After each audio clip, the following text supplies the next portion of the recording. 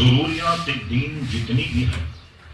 ان میں سے کوئی آدمی ایک کا بھی صریحاً انکار کرے اور اس میں کوئی تعویل اور توجیہ کی گنجائش نہ ہو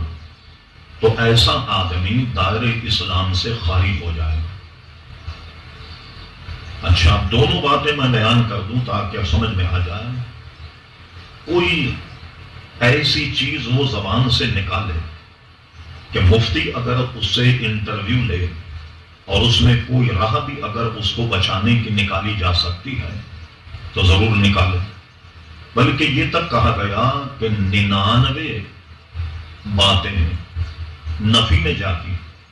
اور ایک بات میں بھی اسمات نظر آتا ہو تو مفتی اس کی تعویل اور توجیہ کرے گا۔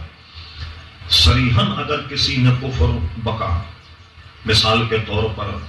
ہم لوگ بولنے میں غیر محتاط، اس لیے فرمایا گیا خاموشی میں بھلائی ہے، کم بولو،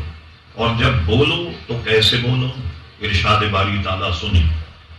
فرمایا گیا یا ایھا الذین آمنوا اتقوا اللہ،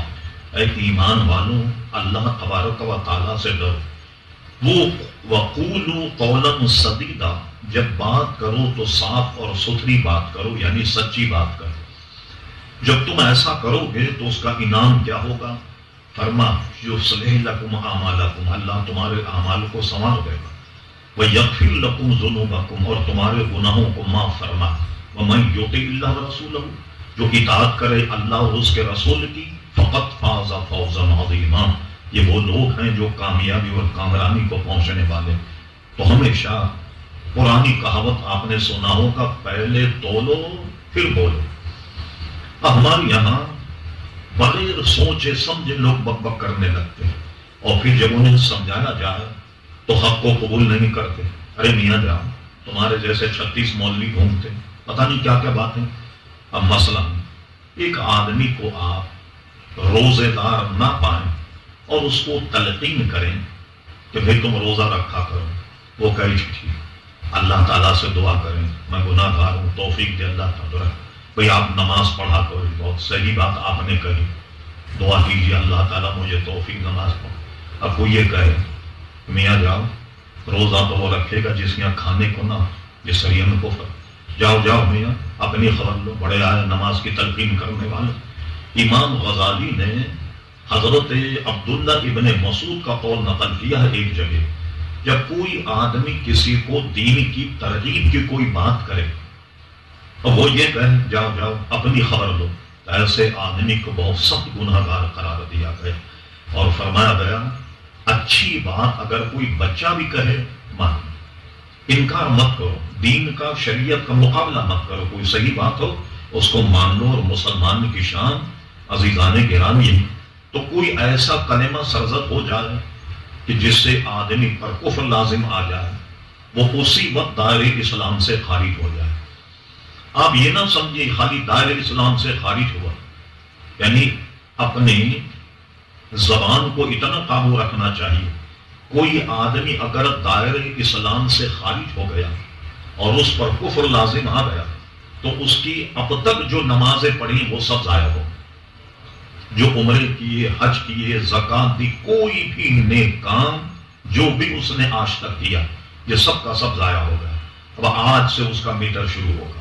آج سے نیکیوں کا، وہ کب؟ جبکہ وہ توبہ کر لے۔ اچھا اب کیا ہے اس کی اقسام؟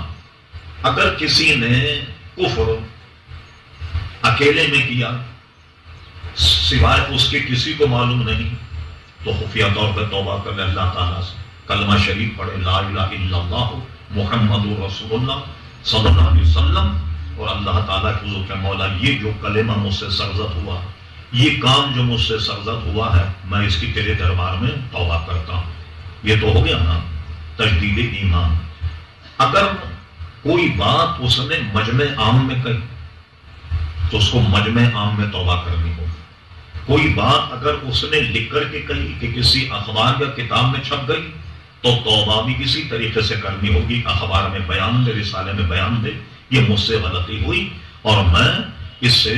توبہ کرتا ہوں اور اللہ تعالیٰ کے دربار میں رجوع کرتا ہوں۔ یہ اب آئیے تجدید نکاح۔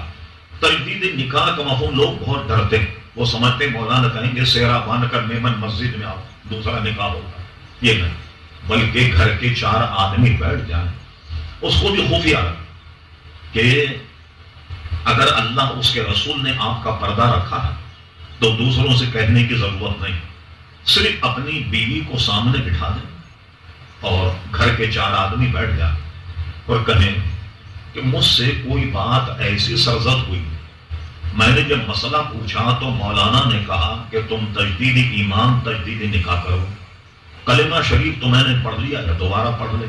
اس کے بعد اپنی گواہوں کی موجود اپنی بیوی کا نام لے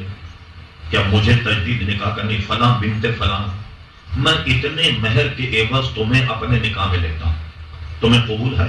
وہ کہے قبول ہے، بس اتنا کام تجدید نکاح میں ہو گیا، اور اس کو کوئی دعا یاد ہو وہ دعا پڑھ لے، اور اس کے بعد میں تجدید نکاح ہو گئی اور تجدید ایمان بھی ہو گیا۔ بلکہ بعض مشائخ تو